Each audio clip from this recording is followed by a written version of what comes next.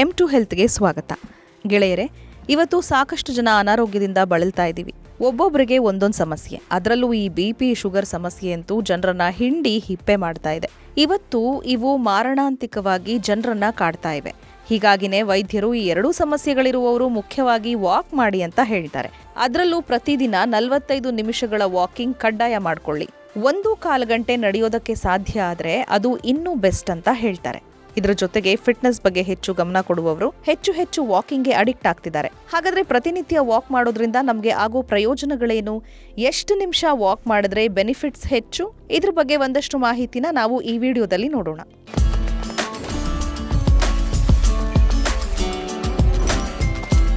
ಮನುಷ್ಯನ ದೇಹದ ರಚನೆ ನಡೆಯೋದಕ್ಕೆ ಅಂತಲೇ ಆಗಿದೆ. ಹೀಗಾಗಿಯೇ ಮನುಷ್ಯ ನಡೀತಲೇ ಇರಬೇಕು. ನಾವು ನಡೆಯೋದನ್ನ ನಿಲ್ಸಿದ್ರೆ ಸಮಸ್ಯೆಗಳು ಹೆಚ್ಚಾಗತ್ವೆ.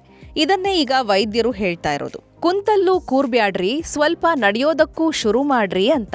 ಅದಕ್ಕೆ ಕಾರಣ ನಡಿಗೆಯಿಂದ ಇರೋ ಬೆನಿಫಿಟ್ಸ್. ಹಾಗೆ ನೋಡಿದ್ರೆ ಹೃದಯ ಸಂಬಂಧಿ ಕಾಯಿಲೆ ಇರುವವರು, ಬ್ಲಡ್ ಪ್ರೆಷರ್ ಸಮಸ್ಯೆಯಿಂದ ಬಳಲ್ತಾ ಇರೋರು, ಡಯಾಬಿಟಿಸ್ಗೆ ತುತ್ತಾಗಿರುವವರು, ಆಂಗ್ಸೈಟಿ, ಡಿಪ್ರೆಷನ್ಗೆ ಒಳಗಾಗಿರುವವರು, ತೂಕ ಇಳಿಸ್ಬೇಕು ಅಂದ್ಕೊಂಡಿರೋರೆಲ್ಲ ಈ ನಡಿಗೆನ ಅಭ್ಯಾಸ ಮಾಡ್ಕೊಂಡ್ರೆ ನಿಮಗೆ ಸಾಕಷ್ಟು ಹೆಲ್ತ್ ಬೆನಿಫಿಟ್ಸ್ಗಳನ್ನ ಪಡಿಬಹುದಾಗಿದೆ. ಇನ್ನು ಒಬ್ಬ ಮನುಷ್ಯ ಒಂದು ವಾರಕ್ಕೆ ಅಟ್ಲೀಸ್ಟ್ 150 ನಿಮಿಷಗಳ ಕಾಲ ನಡಿಬೇಕು ಅಂತ ಹೇಳಲಾಗತ್ತೆ. ಅಂದ್ರೆ ಪ್ರತಿದಿನ 22 ನಿಮಿಷಗಳಷ್ಟಾದ್ರೂ ನಾವು ನಡಿಬೇಕು. ಇನ್ನು ಈ ಸಮಯ ಹೆಚ್ಚಾದಂತೆಲ್ಲ ನಮ್ಮ ಆರೋಗ್ಯ ಹೆಚ್ಚು ಸುಧಾರಿಸುತ್ತೆ. ಅದರಲ್ಲೂ ನಾವು ಪ್ರತಿನಿತ್ಯ 45 ನಿಮಿಷಗಳ ಕಾಲ ನಡೆಯೋದಕ್ಕೆ ಪ್ರಾರಂಭಿಸಿದ್ರೆ ಅದರಿಂದ ನಮ್ಮ ದೇಹದಲ್ಲಿ ಸಾಕಷ್ಟು ಬದಲಾವಣೆಗಳಾಗತ್ತೆ. ಪ್ರಮುಖವಾಗಿ ಸಾಲ್ಟ್ ಬ್ಯಾಲೆನ್ಸ್ ಆಗತ್ತೆ ಅನ್ನೋದು ಆಹಾರ ವಿಜ್ಞಾನಿ ಡಾಕ್ಟರ್ ಖಾದರ್ ಅವರ ಅಭಿಪ್ರಾಯ. ಅತಿ ಮುಖ್ಯವಾಗಿ ಬೇಕಾಗಿರೋದು ಒಂದು 75 ನಿಮಿಷ ನಡಿಗೆಯಲ್ಲಿ ನಿಮ್ಮ ಸಾಲ್ಟ್ ಬ್ಯಾಲೆನ್ಸು, ಗ್ಲೂಕೋಸ್ ಬರ್ನಿಂಗು ಚೆನ್ನಾಗಿ ನಡೆಯುತ್ತೆ. ಸೊ ದೇಹದ ಆರೋಗ್ಯವನ್ನು ಮತ್ತು ಮುಖ್ಯವಾಗಿ ಎಲ್ಲ ಅಂಗಗಳಿಗೂ ವ್ಯಾಯಾಮ ಕೊಡ್ತಕ್ಕಂಥ ನಡಿಗೆಯನ್ನು ನೀವು ರೂಪಿಸ್ಕೊಳ್ಳಿ. ಮುಖ್ಯವಾಗಿ ಅದು ಬೆಳಗ್ಗೆ ಸೂರ್ಯೋದಯ ಸಮಯದಲ್ಲಿ ಆದರೆ ವಿಟಮಿನ್ ಡಿ ಸಮೇತ ನಿಮಗೆ ಸಿಕ್ಬಿಡುತ್ತೆ. ಅದ್ಭುತವಾದ ಸೂರ್ಯ ನಮಸ್ಕಾರದಿಂದ ಶುರು ಮಾಡಿ ಪ್ರತಿ ದಿವಸ ಈ ನಡಿಗೆಯನ್ನು ಅಭ್ಯಾಸ ಮಾಡ್ಕೊಳ್ಳಿ. ಈ ಬಿಳಿ ಅಕ್ಕಿ, ಬಿಳಿ ಗೋಧಿ, ಬಿಳಿ ಮೈದಾ ಹಿಟ್ಟು, ಬಿಳಿ ಉಪ್ಪು, ತುಂಬ ಬಿಳಿ ಉಪ್ಪು ಅಂದರೆ ಈ ಪ್ರಾಸೆಸ್ಡ್ ಉಪ್ಪು, ಬಿಳಿ ಸಕ್ಕರೆ, ಈ 5 ಬಿಳಿಗಳನ್ನು ಬಿಟ್ಬಿಡಿ. ಸಿರಿಧಾನ್ಯಗಳನ್ನು ಊಟ ಮಾಡಿ.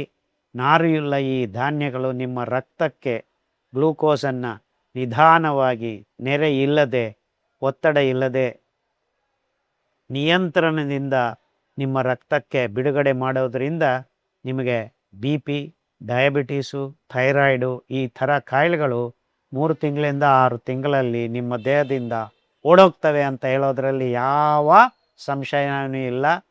ಇಲ್ಲಿ ಡಾಕ್ಟರ್ ಖಾದರ್ ಅವ್ರು ಹೇಳ್ತಾ ಇರೋ ಹಾಗೆ ನಡಿಗೆನ ಶುರು ಮಾಡಿದ್ದೆ ಆದ್ರೆ ನಮ್ಮನ್ನ ಕಾಡ್ತಾ ಇರುವಂತಹ ಸಾಕಷ್ಟು ಕಾಯಿಲೆಗಳು ಬಿಟ್ಟು ಓಡೋಗತ್ವೆ. ಈಗ ಯಾರಿಗೋ ಆಂಗ್ಸೈಟಿ ಇದೆ, ಅವರು ಡಿಪ್ರೆಷನ್ ಅಲ್ಲಿ ಇದ್ದಾರೆ ಅನ್ಕೊಳ್ಳಿ, ಅವ್ರು ನಡೆಯೋದಕ್ಕೆ ಶುರು ಮಾಡಿದ್ರೆ ಆ ಸಮಸ್ಯೆಯಿಂದ ಅವ್ರಿಗೆ ಮುಕ್ತಿ ಸಿಗುತ್ತೆ.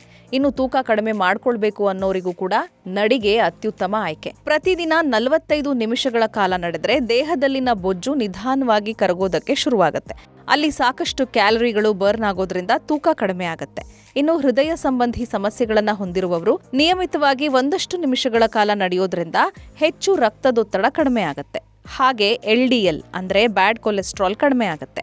ಹೀಗಾದಾಗ ಆಟೋಮೆಟಿಕ್ ಆಗಿ HDL ಹೆಚ್ಚಾಗುತ್ತೆ. ಇನ್ನು ಸಕ್ಕರೆ ಕಾಯಿಲೆಯ ನಿಯಂತ್ರಣದ ಬಗ್ಗೆ ಹೇಳೋದಾದ್ರೆ ನಮ್ಮ ದೇಹದಲ್ಲಿ ಸಕ್ಕರೆ ಅಂಶ ಸೇರ್ಕೊಂಡಿರುತ್ತಲ್ವಾ, ಅದು ನಿಧಾನವಾಗಿ ಕರಗಬೇಕು. ಅದಕ್ಕೆ ದೈಹಿಕ ವ್ಯಾಯಾಮ ಬಹಳ ಮುಖ್ಯ. ಉದಾಹರಣೆಗೆ HbA1c ಹೆಚ್ಚಾಗಿರೋರು ನಿತ್ಯ 45 ನಿಮಿಷಗಳ ಕಾಲ ನಡೆಯೋದ್ರಿಂದ ಅವರ ರಕ್ತದಲ್ಲಿನ ಸಕ್ಕರೆ ಅಂಶ ಕಡಿಮೆ ಆಗ್ತಾ ಬರುತ್ತೆ. ಶುಗರ್ ನಿಯಂತ್ರಣಕ್ಕೆ ಬೇಕಾದ ಔಷಧಿಗಳನ್ನ ತೆಗೆದುಕೊಂಡು ಆಹಾರ ಪದ್ಧತಿನ ಬದಲಿಸಿಕೊಳ್ಳೋದ್ರ ಜೊತೆಗೆ ನಡಿಗೆ ಕೂಡ ಮಾಡಿದ್ದೇ ಆದಲ್ಲಿ ಅಲ್ಲಿ ನಿಮ್ಗೆ ಒಳ್ಳೆ ರಿಸಲ್ಟ್ ಸಿಗೋದು ಪಕ್ಕ.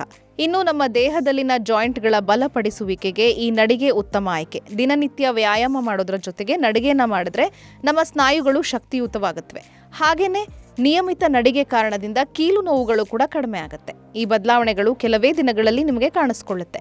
ಮೊದಲಿಗೆ ನಿಮ್ಮಲ್ಲಿನ ಎನರ್ಜಿ ಹೆಚ್ಚಾಗುತ್ತೆ. 1 ತಿಂಗಳ ನಡಿಗೆ ನಂತರ ನಿಮ್ಮ ದೇಹದಲ್ಲಿನ ಶಕ್ತಿ ಹೆಚ್ಚಾಗುತ್ತೆ. ಮೊದಲು ನೀವು ನಡೆಯುವಾಗ ಏದುಸಿರು ಬಿಡ್ತೀರಾ, ಆದರೆ ನಡಿಗೆ ಆರಂಭ ಆಗಿ ಕೆಲ ದಿನಗಳ ನಂತರ ನಿಮಗೆ ಆಯಾಸ ಇಲ್ಲವಾಗುತ್ತೆ. ನಿಮ್ಮ ದೇಹದಲ್ಲಿ ಚೈತನ್ಯ ಹೆಚ್ಚಾಗುತ್ತೆ. ಅದು ನಿಮ್ಮ ದೈನಂದಿನ ಕೆಲಸಗಳಿಗೆ ಸ್ಫೂರ್ತಿದಾಯಕವಾಗುತ್ತೆ. ಇನ್ನು ಬ್ರಿಟನ್ನಲ್ಲಿ ನಡೆದಿರೋ ಸಂಶೋಧನೆಗಳ ಪ್ರಕಾರ ಯಾವ ವ್ಯಕ್ತಿ ಪ್ರತಿದಿನ 10,000 ಹೆಜ್ಜೆಗಳಷ್ಟು ನಡಿಗೆಯನ್ನ ಮಾಡ್ತಾರೋ ಅವರಿಗೆ ಡಿಮೆನ್ಷಿಯಾ ಸಮಸ್ಯೆ ಕಡಿಮೆ ಆಗತ್ತಂತೆ.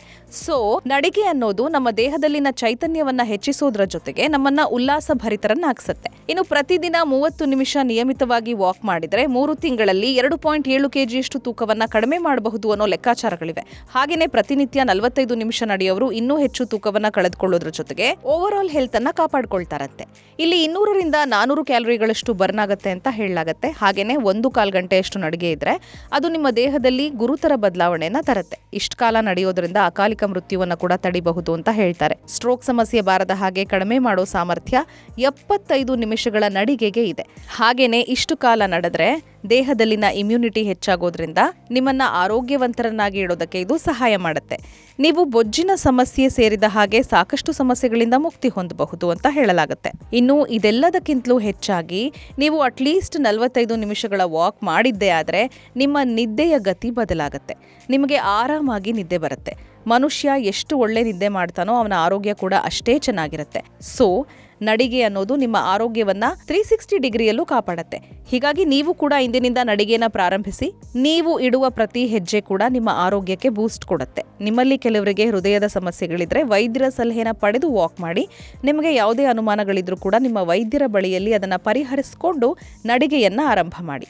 ಇದು ನಡಿಗೆಯ ಉಪಯೋಗದ ಬಗೆಗಿನ ಸಂಕ್ಷಿಪ್ತ ಮಾಹಿತಿ. ಮುಂದಿನ ವಿಡಿಯೋದಲ್ಲಿ ಮತ್ತೊಂದಷ್ಟು ವಿಶೇಷವನ್ನ ನಿಮ್ಮ ಮುಂದಿಡ್ತೀವಿ. ಅಲ್ಲಿವರೆಗೂ ನಮಸ್ಕಾರ.